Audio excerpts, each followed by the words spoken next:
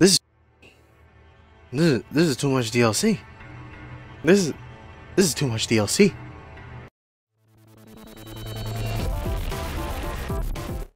For years now, the gaming community has complained about game developers creating too much DLC.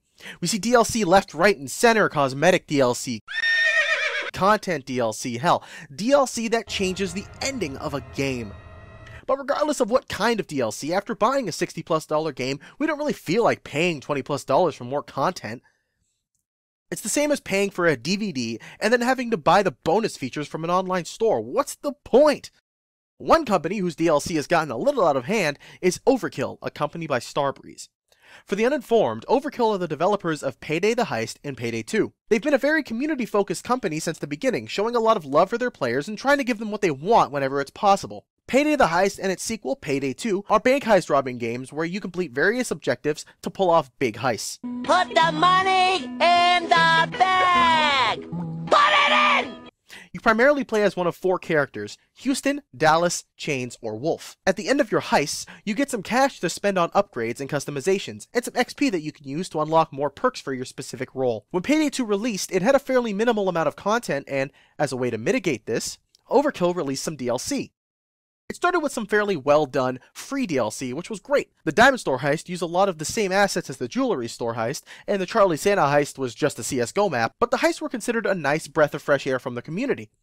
Then, the first paid DLC came out, Armored Transport. This contained 5 new maps, which were just the same heist every time, and the train heist. Then, the Gauge Weapon Pack number 1 was released, and as the second paid DLC, this is where we start to see the downfall. See, up until the release of that DLC, all that we saw were more heists and more customizables, not really missing any useful features from the game. If you didn't buy Armored Transport, you just didn't get the chance to do some of the new heists. With the Gauge Weapon Pack, you didn't get access to grenades. Grenades! Now that might not sound like a big deal, but grenades are a key tool in doing certain heists more quickly.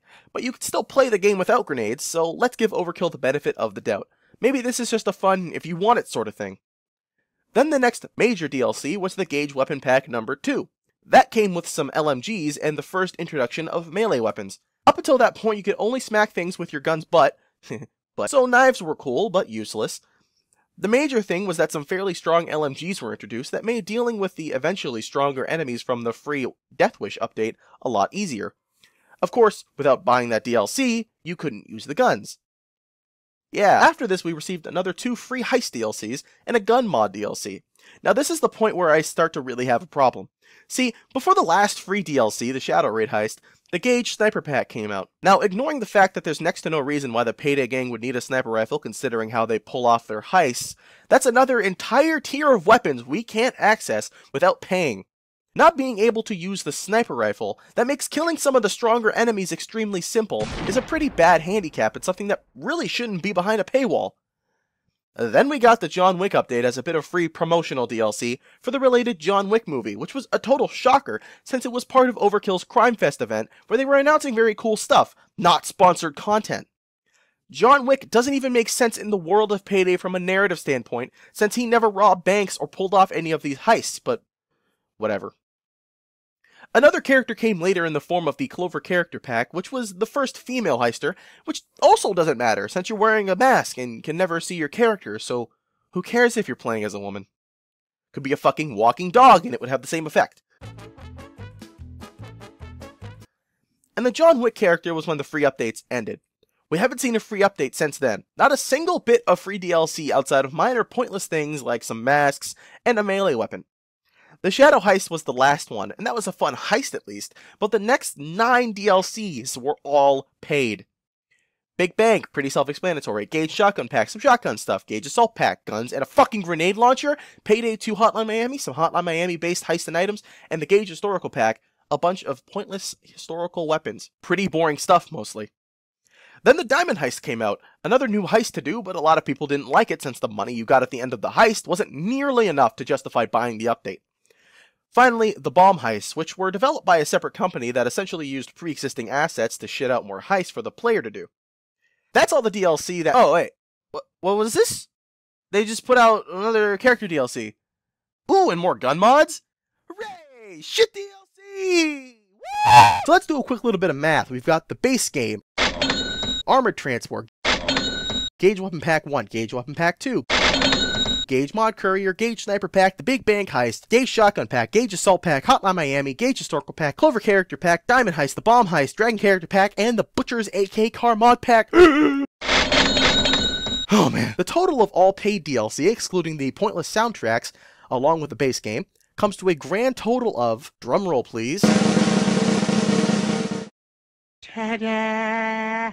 $115 before tax! Now, that might not sound like a lot, but please consider the following. The base game costs $30. That's right, if you buy the base game and all the DLC, you could instead buy almost 4 copies of the base game. And no, you cannot buy a season pass or complete pack. Now, of course, that amount of money is ridiculous, and considering that a lot of people actually gave Overkill that whopping grand total of $115, you'd think they'd be good to go on money, right? Not need to release more DLC. We've got to have money. Recently, Overkill has started a new thing called the Hype Train. Basically, players that buy the game or DLC help build up the amount of hype fuel, or points, towards different tier rewards based on the amount of points earned. These rewards range from getting a preview of a new heist, a new type of vehicle enemy, but wait, preview of a heist? We have to get to this many points just to get a preview of a heist, and finally Payday Con, which is just as dumb as it sounds. Imagine Minecon, but for the mature audience that plays Payday 2, of course. Oh, no. Just let me throw my shit at least. Ah! Each bit of DLC gives 1 point, and they made their own special packs called the Overkill Pack, which adds 3 points, and the Complete Overkill Pack, which adds 12 points. These packs include some special shit, but who cares? It's all about just building more head fuel. So using my fancy high school mathematics skills, we can determine just how much money they plan to make off of this thing. Since the final tier reward is the Payday Con at 2 million gallons of hype fuel, we can calculate the minimum and maximum amount of money Overkill will make off of this. Considering the most cost-efficient method of building points is to buy the Complete Overkill Pack at $20 for 12 points, the total amount of money they would make if every person bought that most effective DLC would be a jaw-dropping $3.3 million US. Now keep in mind, this is the minimum amount of money. But of course, people won't do that. That's stupid. Not everyone wants to buy this pointless DLC. So what's the maximum amount of money they can make? Well, using the most expensive DLC, the Diamond Heist, which is only worth 1 point of head fuel, Overkill will earn a fucking ridiculous amount of money at $14 million US. That means that no matter the purchase configuration, Overkill will earn somewhere between approximately $3.3 million US or $14 million US. Holy shit, what the hell? Luckily, people have caught on to the idea that Overkill is starting to really cheap out on the DLC and ask a lot of their consumers. So they didn't get through the tiers fast enough. What was their method of boosting the amount of points for their dumb head train? Well, of course, the developers of Hotline Miami 2, who they had obviously worked with before on the Hotline Miami DLC, agreed that each pre-order of their game, Hotline Miami 2, would give Overkill more hype fuel. Now, I get that developers can be friends and work together, but if someone doesn't agree with the business practices of Overkill, they have no choice but to either not buy Hotline Miami 2, or buy it and be forced to indirectly support Overkill's shitty business practices.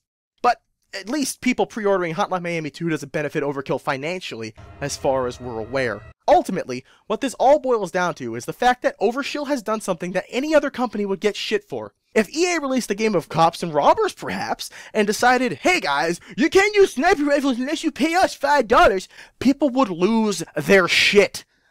Just because Overkill is a small company doesn't mean that they get to get away with doing something like this. I know they're a company, and I know they want to make money for their hard work, but this is just too much DLC for a game of this caliber.